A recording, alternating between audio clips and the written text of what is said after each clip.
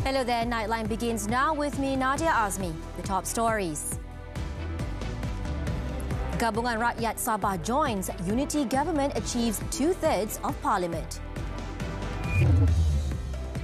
Also, international community committed to strengthening working relationship with new government.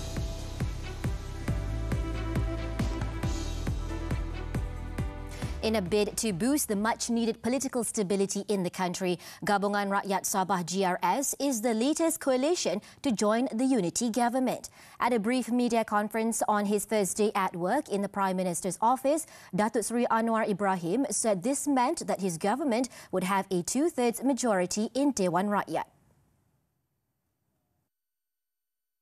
Datuk Azmi, Ketua Menteri Sabah telah memaklumkan bahawa GRS juga secara rasmi akan menyertai kerajaan perpaduan.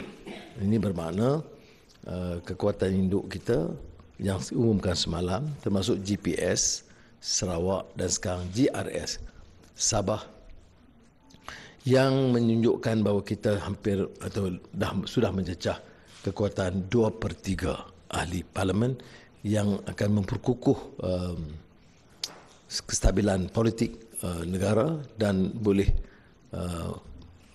menumpukan perhatian dalam kerja-kerja kita untuk mengangkat martabat negara, mengukuhkan ekonomi dengan maksud untuk membela nasib rakyat.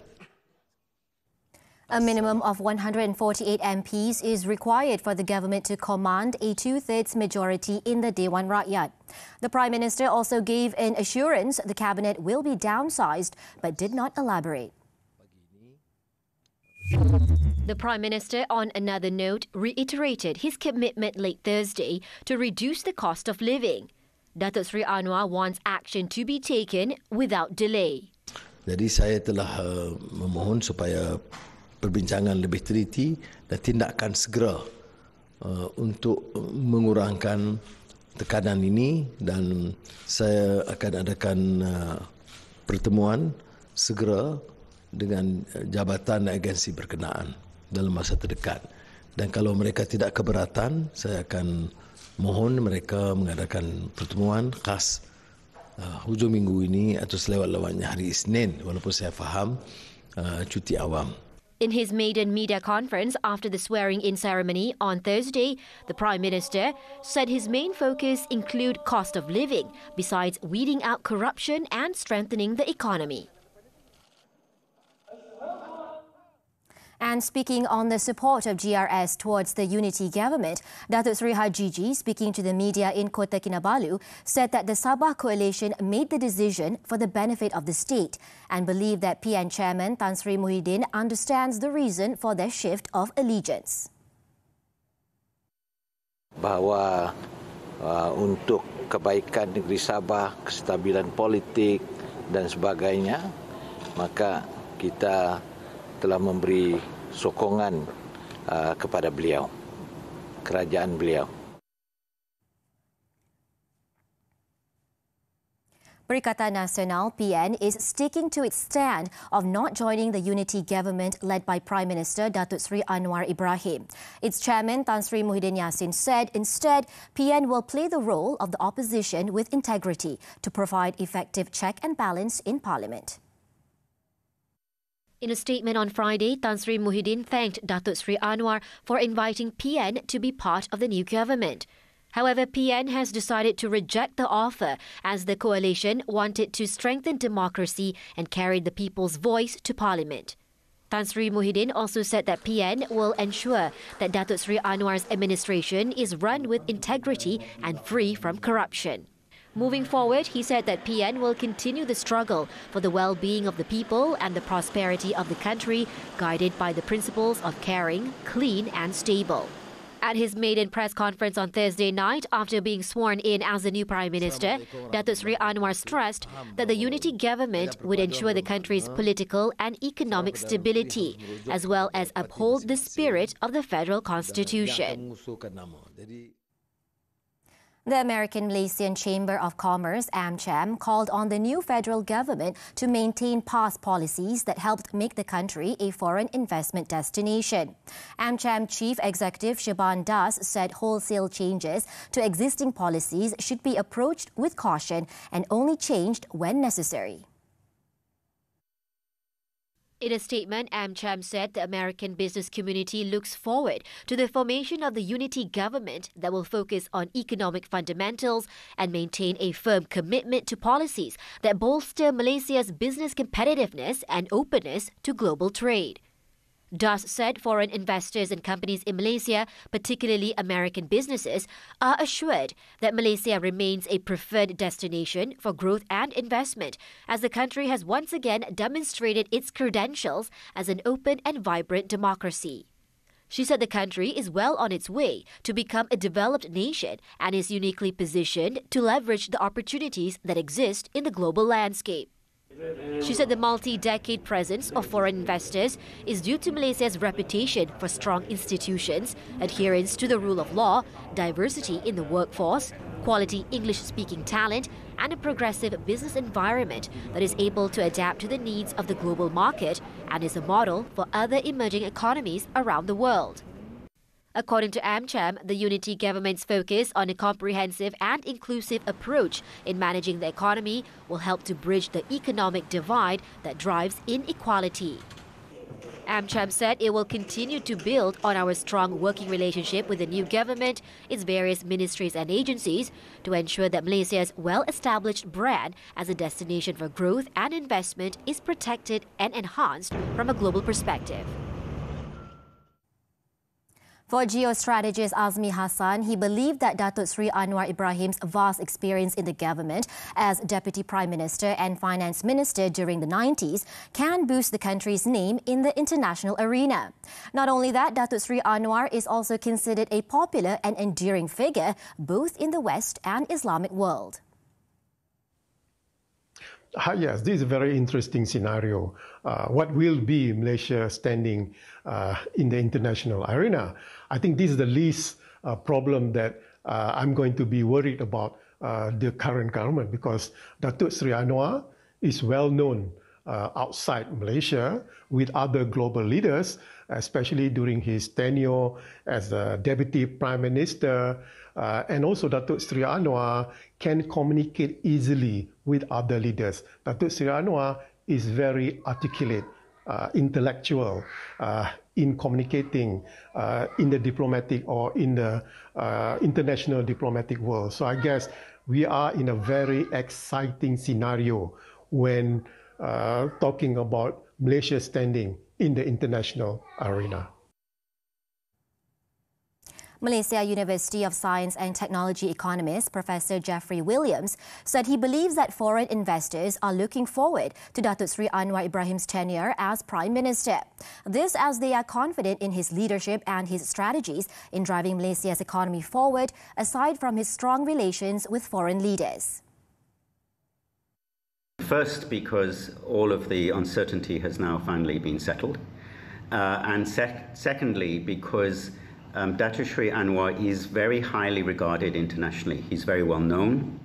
He has a very good reputation in foreign policy, and particularly he has a very good reputation in economic policy. So I think that they will be happier, the international investors, with this outcome. We've already seen that the ringgit has strengthened really quite considerably during the course of the day, and that's a consequence first of the settlement in the end. We now know who is going to be the Prime Minister, but also because it is Datuk Seri Anwar, and I think that that's caused a lot of confidence in the ringgit, and the ringgit has strengthened as a consequence. And we saw in the last couple of days that Bursa Malaysia had weakened quite considerably, particularly in what we might call sin stocks, in alcohol and gambling, and also in banking and finance. And that was also a fear that there might be some restrictions on gambling and alcohol, for example, but also that there might be a pivot away from conventional finance toward Islamic finance if we had a different government. But now we have the current government. We've seen that Bursa Malaysia has also rebounded quite a lot. The Federation of Malaysian Business Associations FMBA Chairman Dato' Abdul Malik Abdullah believed that the new government under Datuk Seri Anwar's prime ministership can steer Malaysia to greater heights based on the current economic situation in Malaysia. Nevertheless, he urged the new government to look into concerns that have been raised by business and industry leaders, considering that many economic sectors are still in recovery. As we mentioned before, the ACTA COVID-829 got to be extended. It cannot just wrap up now. We are still in a state of recovery. Most businesses are still struggling. So we feel that there should be a moratorium, at least for 6 months, to help us at least for 6 months so that we can stand on our hand and on our legs again to face the future. Thirdly, the issue of the foreign workers. Fourthly, the issue of not implementing new taxes, new rules and new laws which will make things difficult for the business community. We also would like to request that the Employment Act and the changes which is supposed to be implemented on 1st January 2023 to be moved to 1st January 2024. The issue of foreign workers has to be resolved immediately to help businesses. Otherwise, a lot of businesses will close. And lastly, as the chairman of FMBA, we hope that any decision or new policies implemented by the government will take into account discussion with industry captains and NGOs before coming up with new policies and new laws. The Malaysia Retailers Association, MRA, is also looking forward to working with the new unity government under Datuk Seri Anwar. Its president, Dato' Andrew Lim Tat Keong, also hoped that the new government will assist the association to ensure the country's retail industry will continuously improve moving forward. And we at the Malaysian Retailers Association wish to congratulate our unity government that has recently been formed under the leadership of Yang Amat Berhormat, the 10th Prime Minister Datuk Seri Anwar Ibrahim. We look forward to working with the incoming government for the betterment of the retail industry in Malaysia. As our country is still recovering from the economic slowdown that's caused by the pandemic and worldwide inflation, we wish to appeal to the new government for a breather, for our retail industry to fully recover back to the pre-pandemic levels of 2019. We will be happy to meet with the new government regarding our appeals at any time convenient to them, as soon as possible. Once again, our heartiest congratulations to our newly formed unity government. Thank you. The appointment of Datuk Seri Anwar Ibrahim as the 10th Prime Minister was also welcomed by the Congress of Unions of Employees in the Public and Civil Services, QPAX. Datuk Seri Anwar's proposal to reduce the number of ministers in the cabinet and cut down their salaries was also well received by the civil servants. QPAX President Dato' Adnan Mat also hoped that the previous government initiatives, including financial assistance and other benefits for over 1.62 million civil servants, would be maintained by the new administration. Walaupun kerajaan belum melantik dalam tempoh 5 hari yang lalu, tidak ada tertangguh. Kami terus kekal menjalankan perkhidmatan kami. Justru itu kami klaim kepada kerajaan yang baru ini untuk meneruskan bentuk-bentuk kebajikan yang telah pun ada sebelum ini, yang telah pun dibentang dalam bajet, dan kalau nak tambah, itu yang terbaik. Tetapi janganlah kurangkan apa yang telah diumumkan kepada kami. As for the Malaysian Trades Union Congress, MTUC, it hopes that 16 million workers it is representing will be able to see changes for the better following the appointment of a new Prime Minister. MTUC Secretary General Kamarul Bahrain Mansour said he was looking forward to solving employment issues. This included the high cost of living, job opportunities, minimum wage that has not been fully implemented, the freedom of association, forced labour and child labour, no termination benefits given when company gets closed down, labour laws and various employment issues which need to be resolved as soon as possible. He said the MTUC hoped the new unity government will engage in discussions about employment issues, adding that MTUC will support and cooperate with the new unity government to resolve outstanding issues. MTUC also hope the new federal administration will help deliver the voices of employees and uphold their needs. In welcoming Datuk Seri Anwar's appointment, the people Nightline spoke with said they are looking forward to the new Prime Minister's administration uplifting the economy and improving the welfare of the people.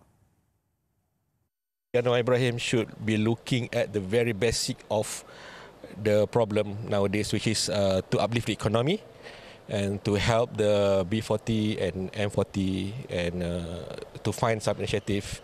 My main concern, and I hope what Datuk Seri Anwar can do, is to stabilize our country, look at our economy, bring back our economy wave and everything.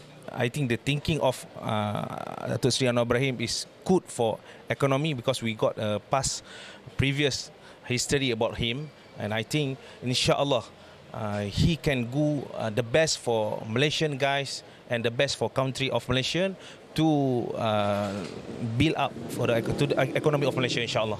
First thing, just improve the education system, and second of all is the economy. So we are hoping for that.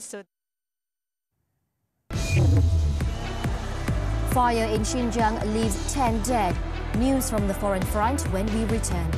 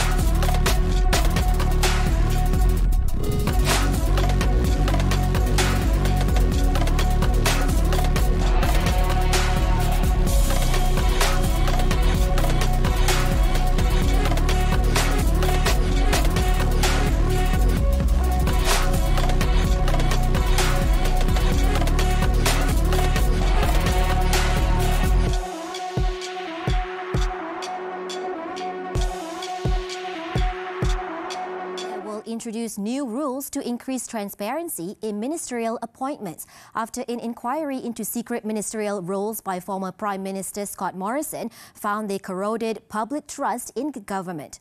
Morrison, who lost power in a general election in May, secretly accumulated 5 ministerial roles during the COVID-19 pandemic, namely Health, Finance, Treasury, Resources and Home Affairs. The former Prime Minister claimed that the appointments were necessary during the pandemic in order to ensure continuity and as a precaution in case a minister was incapacitated. However, an inquiry led by former High Court Judge Virginia Bell found the appointments likely hurt public confidence, as once the appointments became known, the secrecy with which they had been surrounded was corrosive of trust in the government. In a report issued on Friday, Bell recommended 6 changes, including legislation requiring public notice of ministerial appointments. Prime Minister Anthony Albanese, meanwhile, said his government would adopt all 6 of the recommendations. In China, at least 10 people have been killed and 9 injured when a fire broke out in a residential building in the western region of Xinjiang. It was reported that the fatalities were caused by inhalation of toxic fumes, with those taken to hospital all expected to survive. An initial investigation showed the fire was ignited by a power strip that caught fire in a bedroom on the 15th floor. The blaze, which broke out at 7:50 p.m. Thursday night, took about 3 hours to extinguish. Meanwhile, local authorities have begun an investigation to ascertain the cause of the fire. Extreme heat was responsible for more than 20,000 deaths across Western Europe this summer, as the continent was battered by a series of punishing heat waves and record-breaking temperatures. Over the summer, temperatures exceeded 40 degrees in London, areas in southwest France reached 42 degrees, and Spain set records of 44 degrees. In France, there were 10,420 excess deaths, which reports to more than half the deaths across the continent. England and Wales also recorded an increase in deaths, which amounted to more than 3,000 people. Meanwhile, Spain recorded a colossal 6,000 deaths between the months of June and August. The 2003 European heat wave saw the hottest summer recorded in Europe, with the death toll estimated to be 70,000.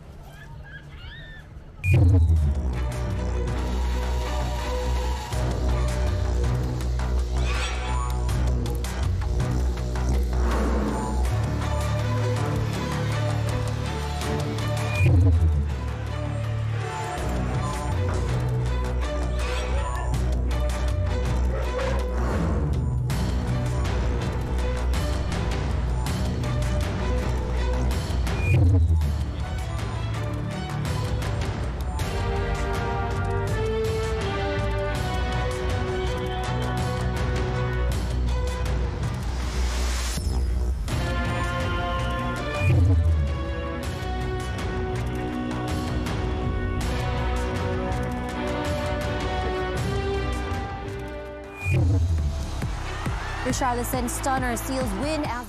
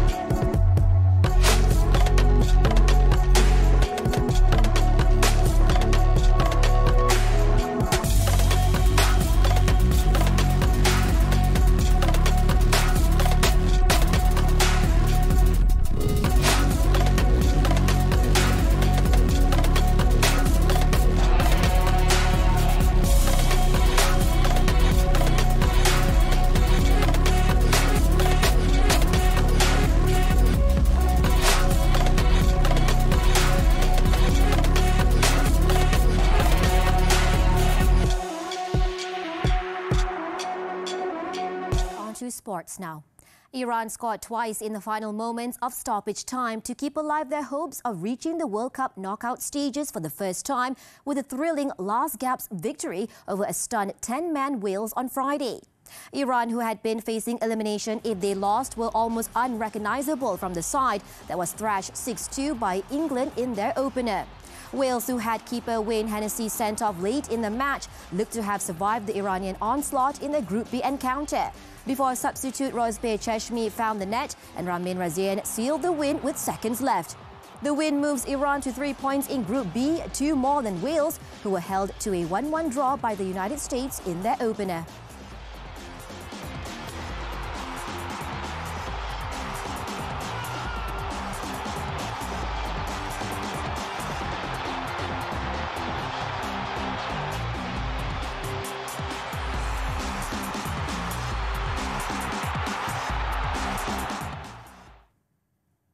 Earlier, 2 goals from Richarlison propelled Brazil past a stubborn Serbia 2-0 in the Seleção's opening game in Group G.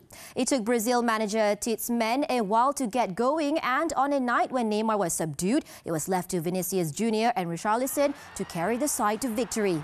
The Tottenham striker scored both of the game's goals in the second half, but his second goal was even more special. A flick into the air from Vinicius' low cross preceding a spectacular volley that made it 9 goals in his last 7 international appearances.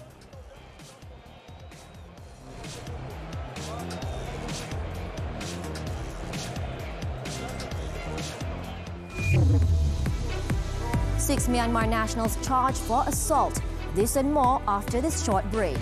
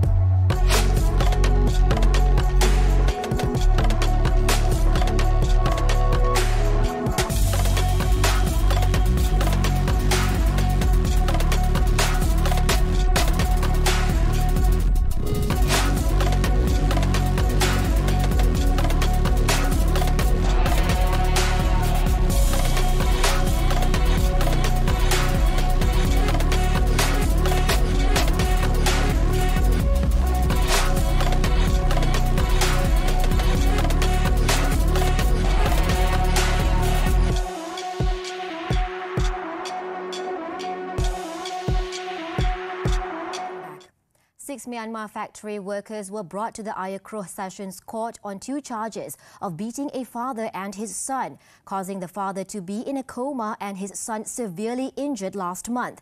No plea were made by all the accused, aged between 21 and 31, as no Myanmar interpreter was available, as the charges being read to them before Judge Dharma Fikri Abu Adam.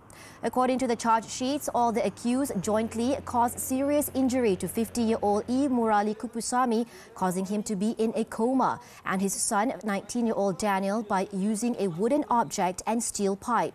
They allegedly committed the offence at about 10:40 p.m. at the Taman Tasik Utama apartment in Central Melaka district on October 31st. They were charged under the Penal Code for voluntarily causing grievous hurt by dangerous weapons, which provides 20-year jail sentences and whipping if convicted. All the accused were not allowed bail, and the court set December 21st for mention and for the appointment of a Myanmar interpreter.